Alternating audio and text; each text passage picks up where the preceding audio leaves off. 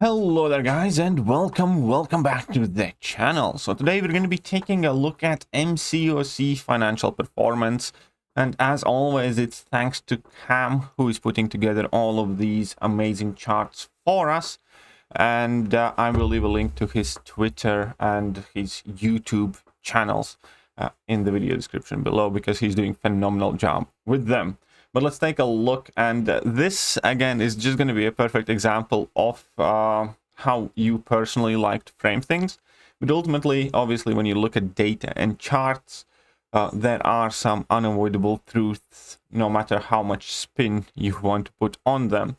And I am not making these videos to, again, try and harp at Kabam, because a lot of people do think that, that is what I truly designed to do. No, that's absolutely not it. My desire is for this game to do as well as it does, as well as it possibly can be, so we all get to play the best game that we can.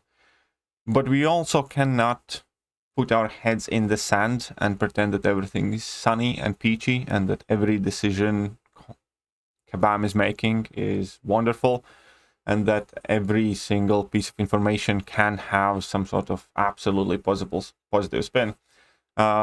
And this is, again, absolutely no criticism at Cam, because he is factually correct. MCOC is back up on top as a top earner after having a strong Q4. But that is a strong Q4 only comparatively speaking. Currently, yes, MCOC is the highest Kabam earning game, once again, as it pretty much has always been for a vast majority of the time. It got briefly overtaken by 7 Deadly Sins and then by something else, I forgot who. But the underlying point still remains, and it's quite well showcased in this. Despite having a nice jump from Q3 to Q4, Q4 still underperforms, comparatively speaking, to 2020 and to 2019. We are back effectively about 3 years comparing Q4 of 2021 to being slightly above Q4 of 2018. And given the fact that each respective previous quarter was worse than quarters of 2020 and 2019, the end result is undeniable here. As always, Kabam did rake in plenty of cash with gifting event and Cyber Weekend sales, even though it was not as much as they did in the previous 2 years. And despite all of that, Mile Concert Champions, for the first time ever, actually experience very significant downfall in the total earnings. In fact, the game has not earned, well, as little, comparatively speaking. Obviously, it's still a huge amount of money, since 2017. Because even in 2018, MCOC overperformed MCOC from 2021. So we can talk about as many positives as we can from the big jump on Q4, as it was expected. But there was also a significant difference that this was the most crazy gifting event as we had ever seen it, which was well kind of documented by Brian Grant. So that was obviously done on purpose as well, to salvage as much of this financial year as it was humanly possible, because realistically every single quarterly numbers were up the shit's creek. And even with the massively increased spending around the gifting event, we could not top out spending from previous 2 years. And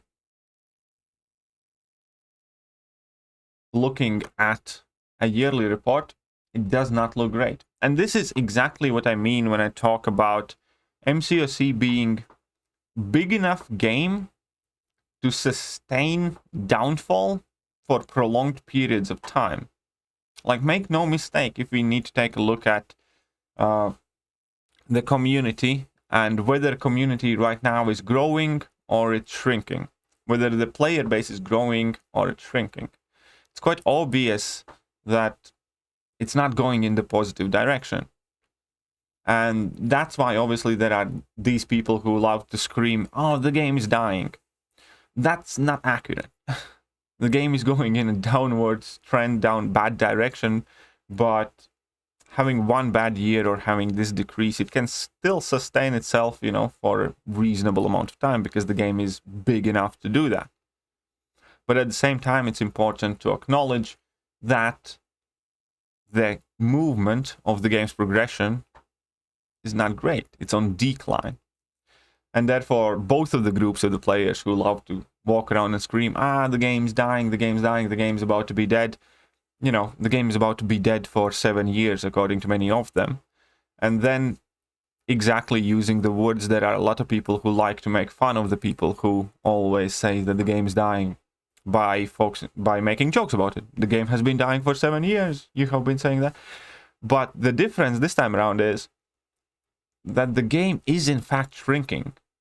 The game is in fact slowing down.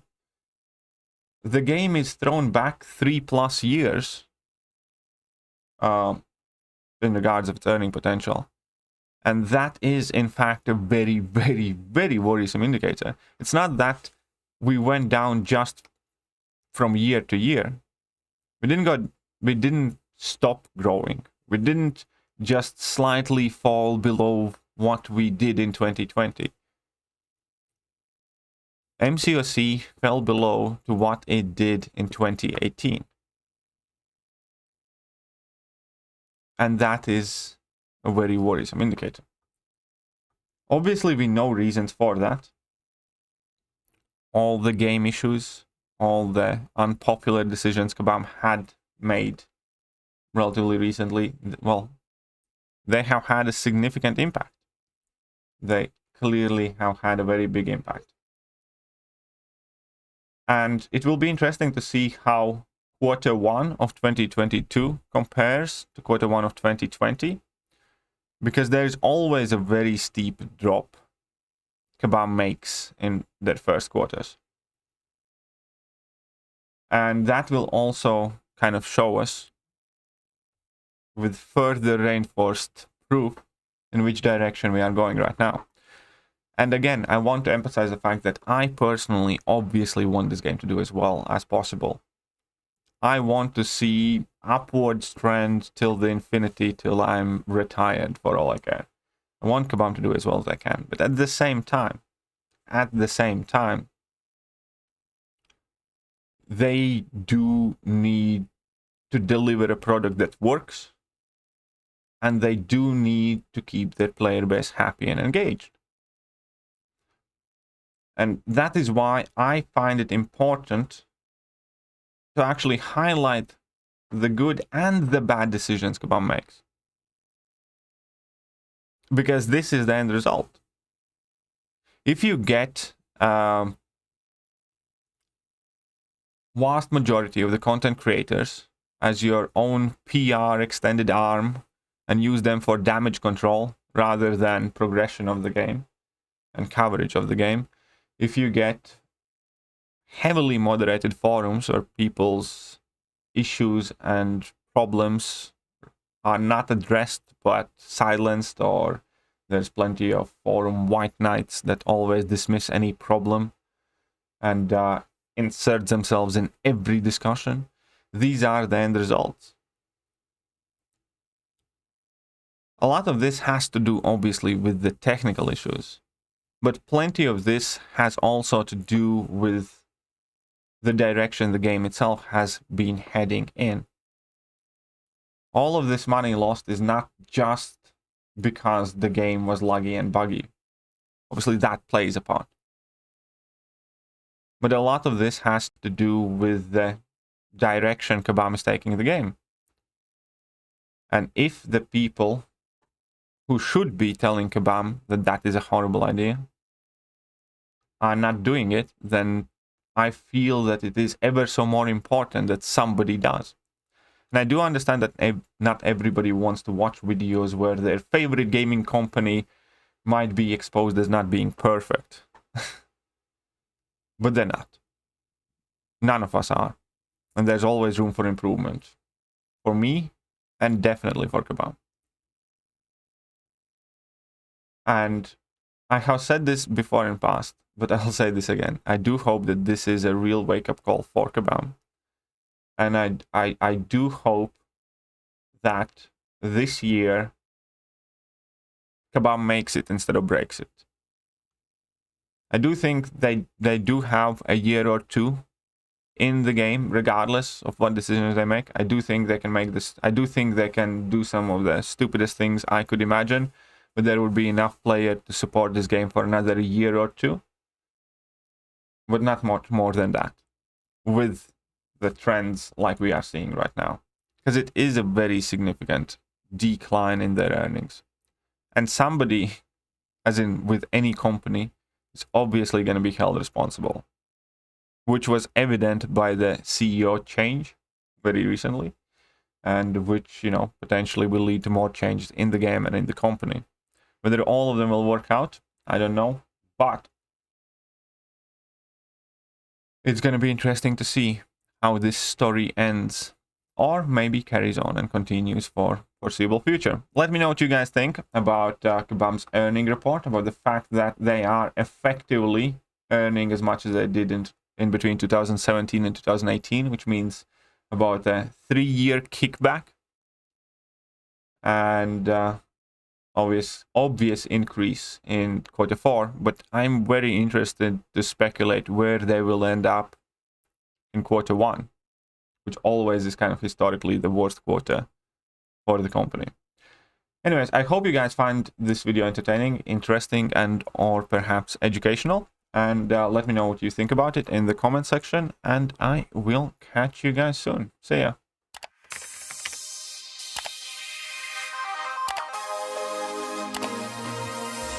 Hello there guys, and welcome back to the channel. So we have all the information about